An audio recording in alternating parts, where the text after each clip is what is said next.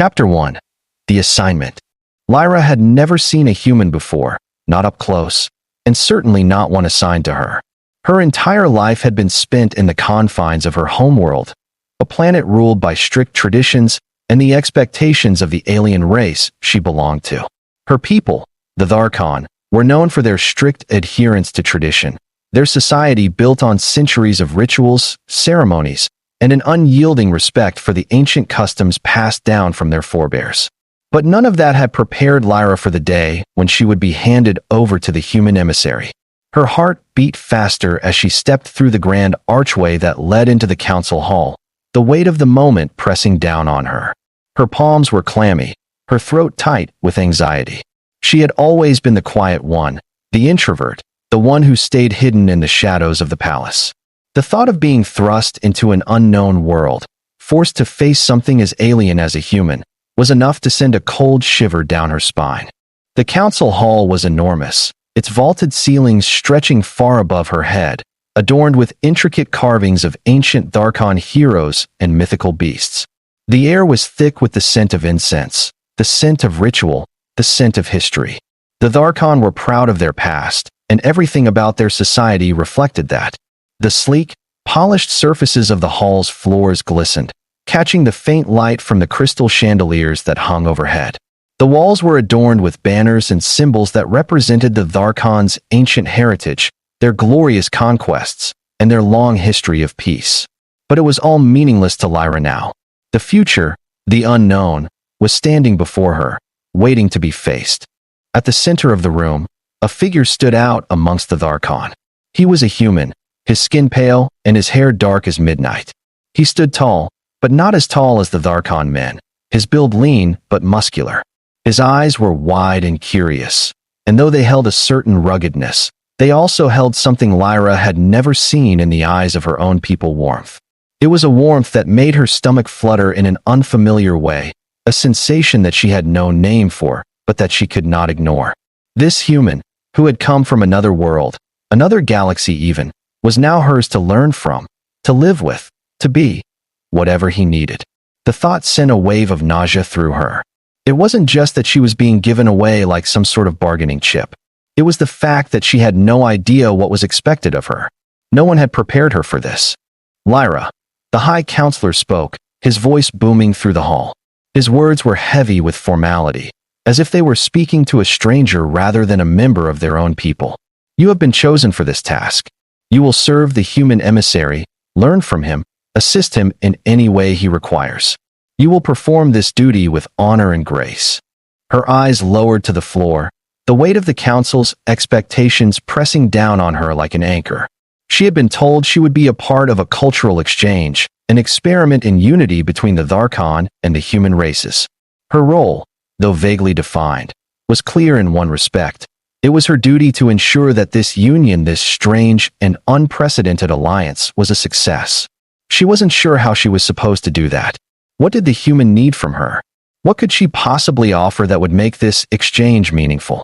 She stole a glance at the human again, and this time, their eyes met. Her heart skipped a beat, and she quickly turned her gaze away, her face flushing a deep violet under her pale blue skin. She could feel the heat of his stare, the weight of it, and it was as though he were seeing right through her. She wasn't used to being noticed, especially not by someone as unfamiliar as him. Her entire existence had been spent in the shadows, in the quiet spaces where she could remain unnoticed, unimportant, safe. But now, everything was changing. The human's name was Dorian. At least, that's what she had been told by the council. Dorian, a name that sounded so foreign in her ears. She had studied humans in theory, of course. Her education had taught her all about the various species within the galaxy, the customs, the cultures. But nothing had prepared her for the reality of it all. Nothing had prepared her for the way her heart beat faster when she looked at him, for the way her breath hitched when he spoke, his voice deep and rich in a language that she had never spoken before, but which seemed to resonate in the very core of her being. "I will be your guide," Dorian said, his voice gentle but firm. "I will show you the ways of my people, the ways of humanity. You will not be alone, Lyra. I will help you understand us, and together, we will learn from each other."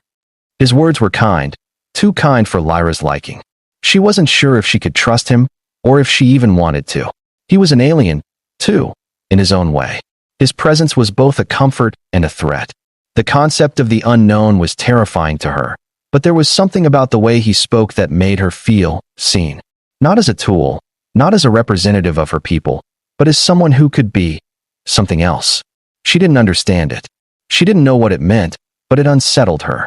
The days that followed were a blur of awkward interactions and strained silences. Lyra found herself constantly aware of Dorian's presence, his every move, his every glance. She couldn't help it. He was so different from everything she had ever known, so unpredictable and strange. And yet, there was a part of her something deep inside that was drawn to him. She couldn't explain it. He wasn't like the Tharkon men, with their stoic expressions and rigid behavior. He wasn't like the scholars she had studied alongside, who treated her as though she were a specimen, an object of curiosity. He was human. He was unpredictable.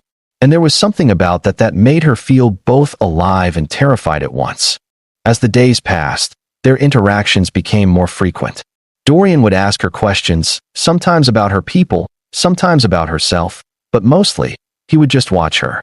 His eyes would study her with a curiosity that made her uncomfortable, yet somehow, it also made her feel seen. There were moments when she would catch him looking at her, as though she were something more than just a participant in some intergalactic experiment. But she couldn't be sure. She wasn't used to being looked at in such a way. To Lyra, attention was usually a burden, something to avoid. But this felt different. It felt like something she wasn't sure how to handle. One evening, as they sat across from each other in the council hall, Dorian reached out a hand and gently touched the edge of her arm. It was a small gesture, one that seemed innocent enough, but to Lyra, it was a world-shifting moment. Her breath caught in her throat, and she froze, her heart pounding in her chest. She looked up at him, her eyes wide with shock, and for the first time since meeting him, she found herself at a loss for words. His touch was warm, and though it was brief, it sent a shock of energy through her, leaving her tingling and unsure. Her thoughts scrambled, but all she could focus on was the sensation of his fingers against her skin. It was too much, too sudden, too real. She wanted to pull away, to escape the unfamiliar warmth that was suddenly flooding her, but she couldn't. She couldn't move. She could only stare into his eyes, her heart racing faster with every passing second. Dorian smiled softly, as if he could sense her discomfort, but there was no mockery in his expression, no judgment. There was just understanding, and that frightened her more than anything. "I'm sorry," he said quietly, his voice gentle. "I didn't mean to make you uncomfortable." But it wasn't discomfort she felt, not really. It was something else, something raw and unfamiliar, something that both terrified and excited her in equal measure.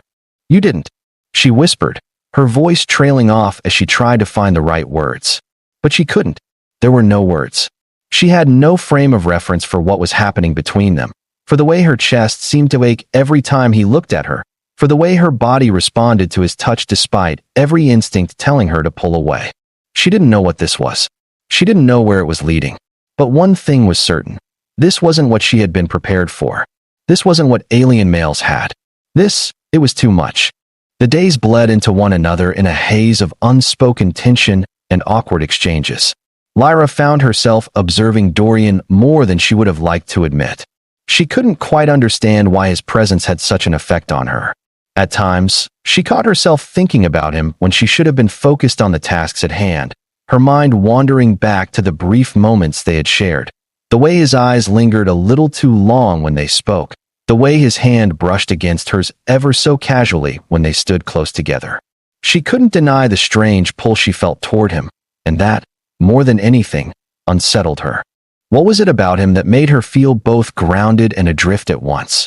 Every time he spoke, she found herself hanging on his words, trying to understand him, trying to decipher the subtle undertones that seemed to emanate from his every movement. It wasn't just the warmth in his eyes, the softness of his voice, it was something more. His very presence stirred something inside her, something that had long been buried beneath the surface of her disciplined, quiet life. But Lyra was no fool. She knew better than to let herself be swept away by emotions she could not control. She had been raised to be a servant of her people, to adhere to the will of the council, to follow the path laid out before her without deviation.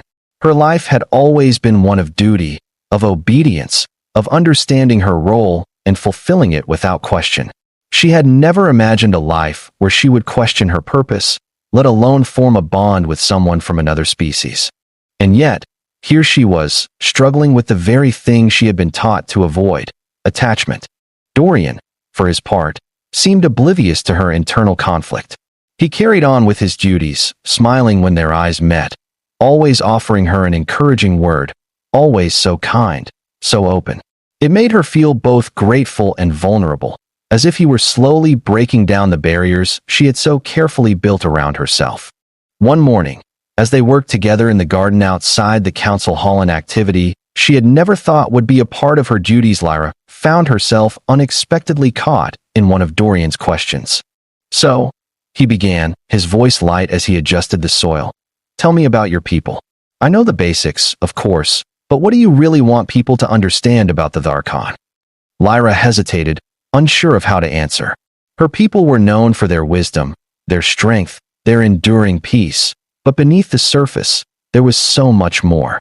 There was the fear of change, the rigidity of their traditions, and the relentless pursuit of perfection that, in the end, only served to isolate them. But she couldn't bring herself to voice the doubts she harbored about her society, not to him. Not yet. "The Tharkon value tradition above all else," Lyra said carefully, the words feeling foreign even as they left her lips. "Our history, our laws, they shape everything we do. We are taught to live with purpose, to serve the greater good of our people. We don't question what is expected of us." Dorian paused in his movements, turning to face her, his expression thoughtful. "That sounds like a heavy burden to bear." Lyra nodded, her gaze dropping to the ground. "It is, but it is also a privilege. We are entrusted with preserving the ways of our ancestors, ensuring that they live on." Dorian's gaze softened, his eyes studying her with a kind of intensity that made Lyra feel both seen and exposed. "And what about you, Lyra? What do you want? What do you hope for, beyond what you're told to do?" The question caught her off guard, and for a moment, she was unable to respond. What did she want? She had never really asked herself that question before. She had always lived for others, for her people, for the council. Her desires, her personal hopes, had always been secondary, buried beneath the weight of responsibility. I don't know," she said softly, her voice barely above a whisper. "I've never really thought about it." Dorian smiled gently, his expression filled with understanding. "Maybe that's the first thing you need to figure out. What do you want, Lyra? Not as a member of the Tharkon, but as yourself." She swallowed hard, the weight of his words pressing against the walls she had spent so long constructing around her heart. His questions were so simple, yet they felt like a challenge, one that she wasn't sure she was ready to face. Before she could respond, the council messenger arrived, interrupting the fragile moment between them.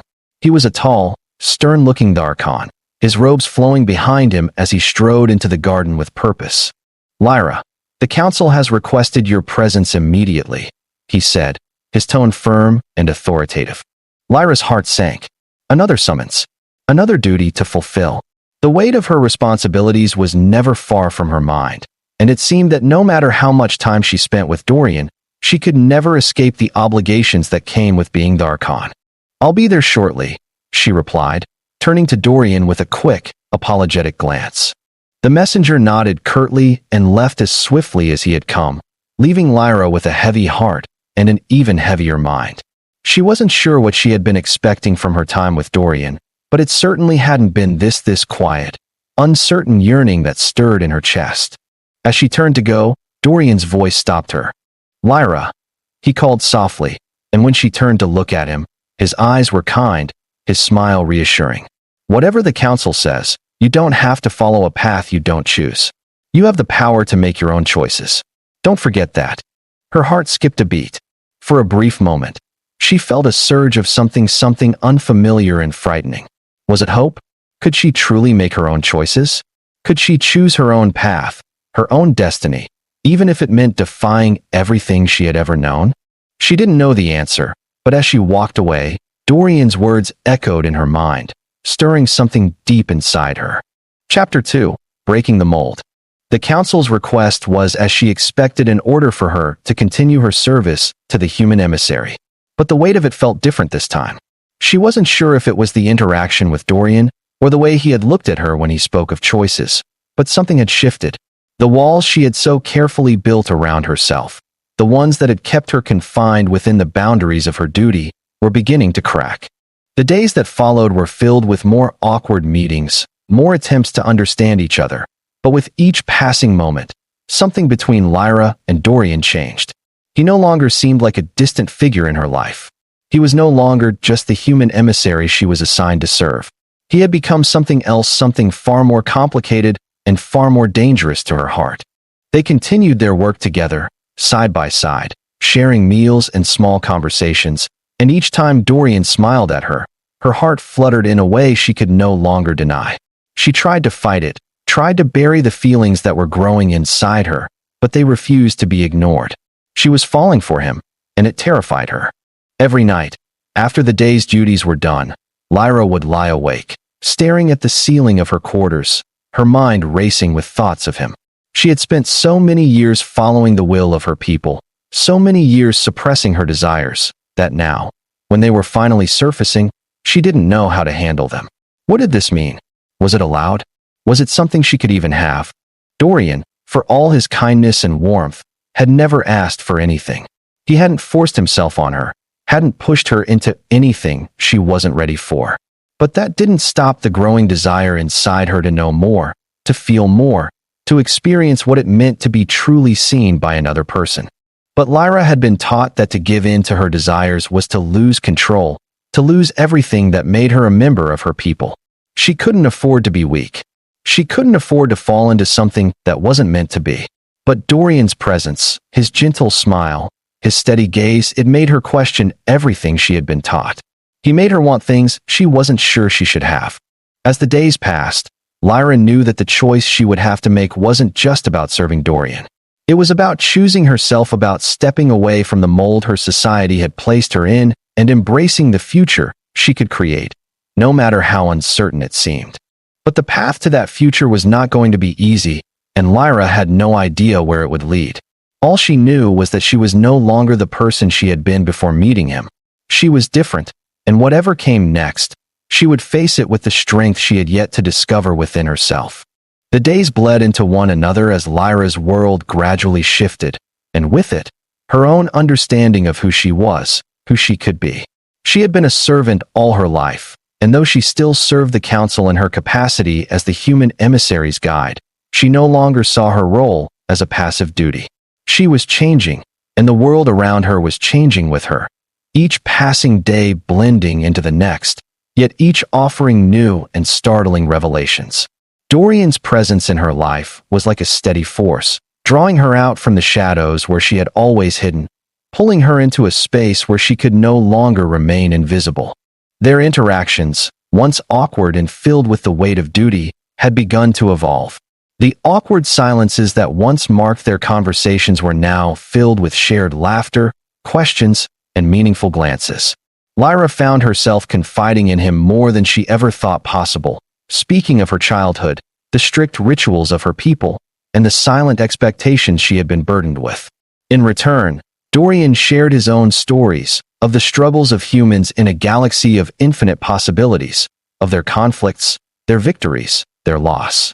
He spoke of how humanity had learned to navigate the universe with ingenuity, adaptability, and a willingness to fail and try again. And through it all, his eyes remained soft and warm, never judgmental, never critical, only patient, as though he understood her more deeply than she understood herself. The more time they spent together, the more Lyra began to question her own beliefs. She had always thought her people's way was the only way, the right way. The Tharkon believed in duty above all else, and Lyra had carried that belief with her like a cloak, hiding behind it whenever the weight of her emotions became too much to bear. But Dorian had shown her something different. He didn't expect her to be perfect. He didn't demand that she adhere to some rigid set of rules. Instead, he encouraged her to be herself, to explore her feelings, to embrace her humanity. And it was this that scared her the most. She had never been allowed the luxury of exploring herself. Every choice had been made for her. Her future, her role, Even her desires had been predetermined long ago.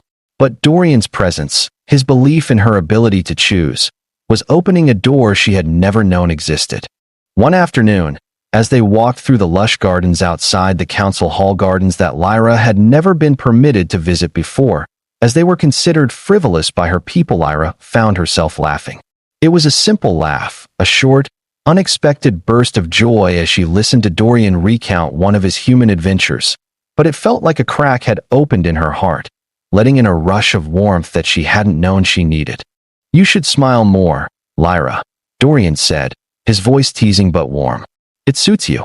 Her cheeks flushed, and she looked away quickly, a rush of self-consciousness flooding through her. "I don't know how," she admitted, her voice small. "I've never been the type to show much emotion. It's not proper for someone of my station." Dorian stopped walking and turned to face her, his expression serious now. "Who decided that? Who said you had to be anything other than who you are?" Lyra swallowed, her throat tightening. She had spent so many years adhering to the rules, to the expectations of her people, that the idea of stepping outside those boundaries felt as foreign to her as walking on another world. But Dorian's words hung in the air between them, like a challenge, a question she wasn't ready to answer. "I was taught that duty is everything," she said, her voice barely above a whisper. "That my purpose is to serve, to follow the will of the council, to never deviate from the path laid before me." Dorian's eyes softened, his expression filled with something Lyra couldn't quite identify. "That's a heavy burden for anyone to carry. But you don't have to follow a path that doesn't make you happy. You have the right to choose for yourself."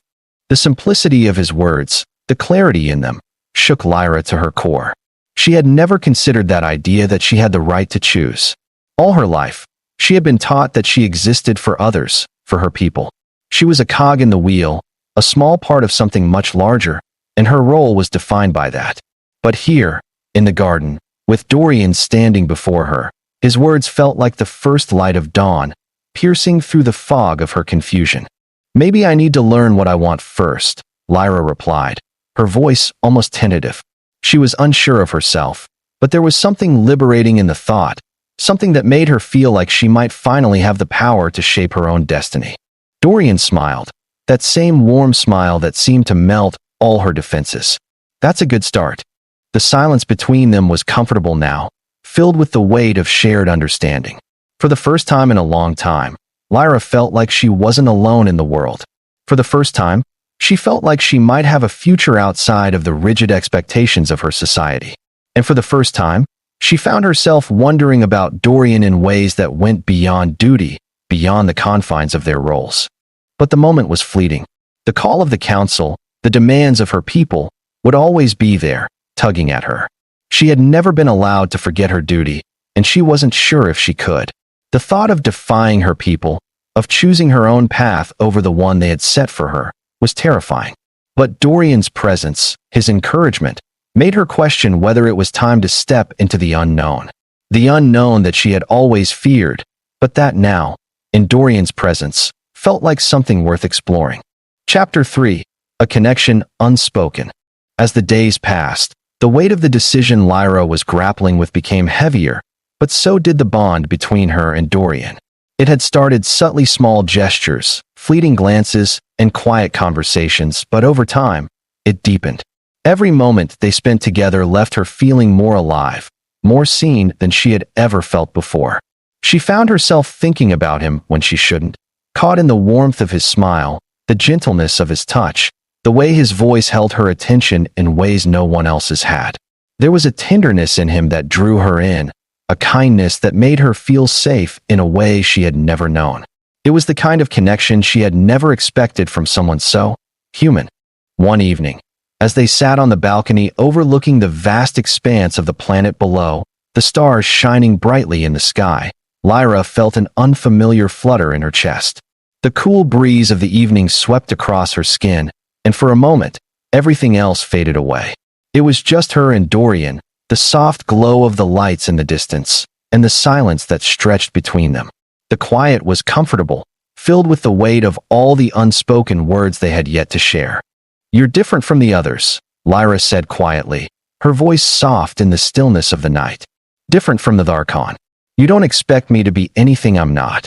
Dorian's gaze softened, and for a moment, he said nothing, his expression thoughtful. Maybe I don't see you as something to be molded, Lyra. Maybe I see you as someone with your own thoughts, your own feelings. And if you ever want to share them, I'm here. Her heart beat faster, the vulnerability of his words sinking into her chest. It wasn't just the way he spoke. It was the sincerity behind it, the trust he extended to her without question. It was more than she had ever known, more than she had ever been given the chance to experience.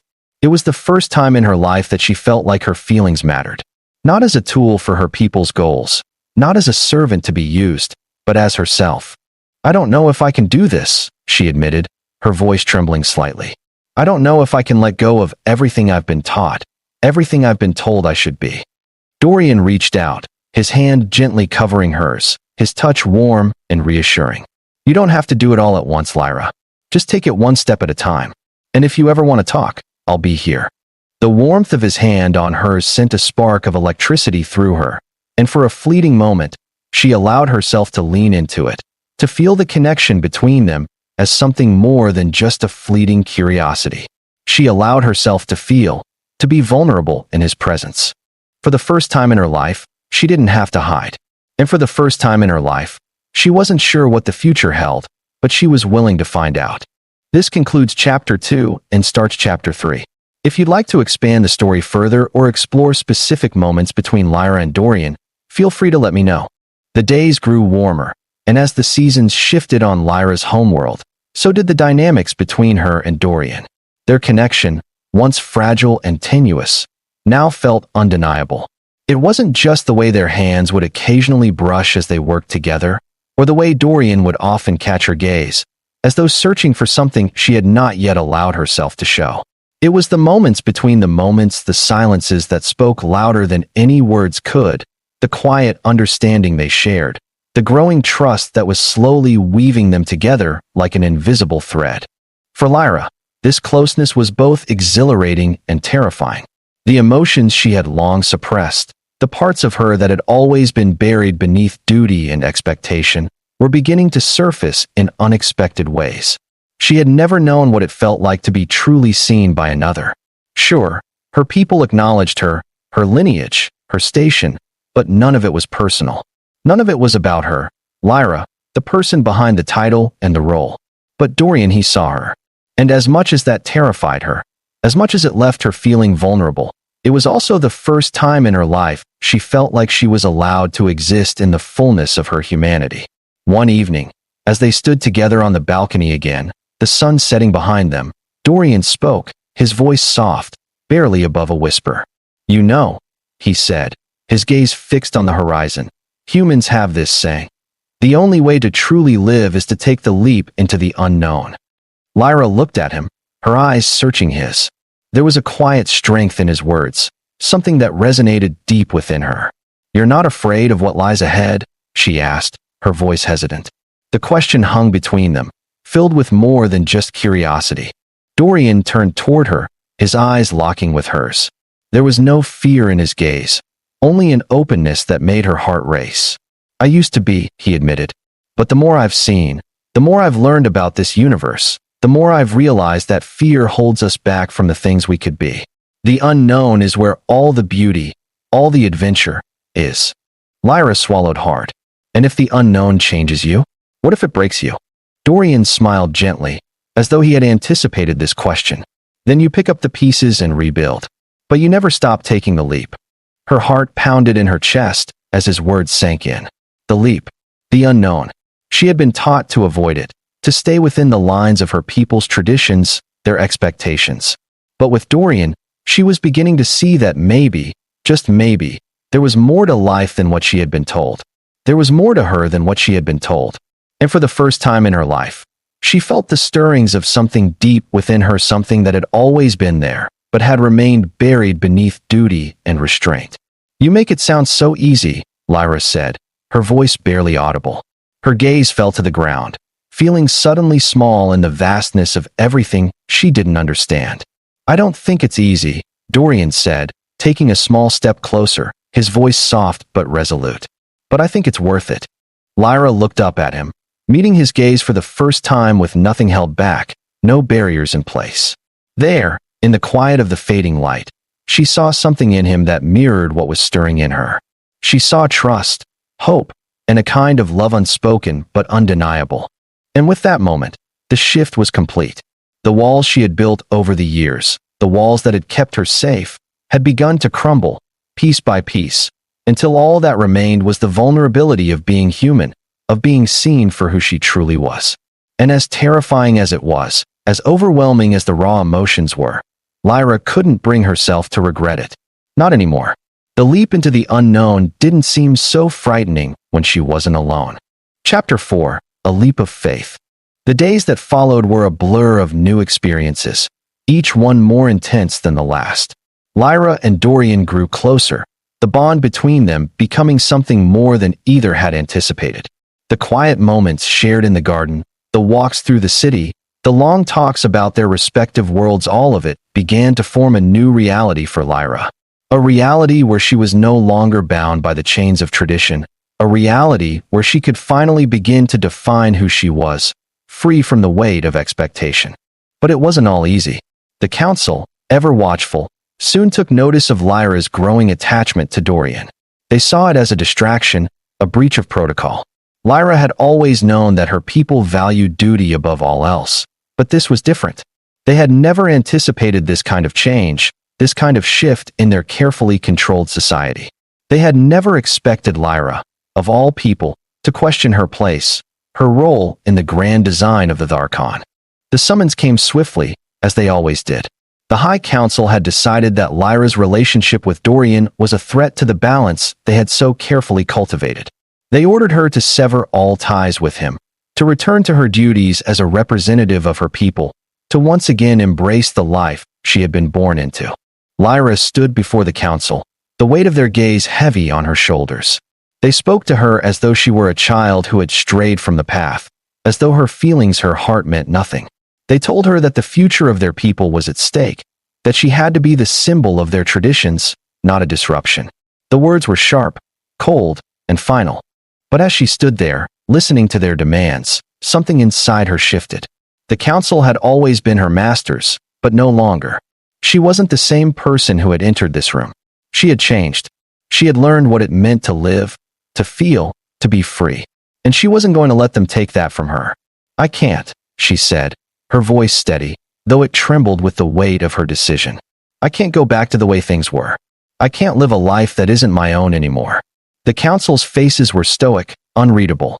But beneath their composed expressions, Lyra saw something she had never seen before: doubt.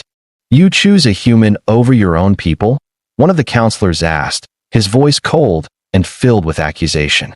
Lyra's heart beat fast, but she stood tall, her voice unwavering. "I choose myself. I choose the person I am becoming. And if that means stepping away from everything I've known, then that's what I'll do." The council didn't know how to respond to that. They were used to people bowing to their will, to submitting to the rules of the old ways. But Lyra wasn't that person anymore.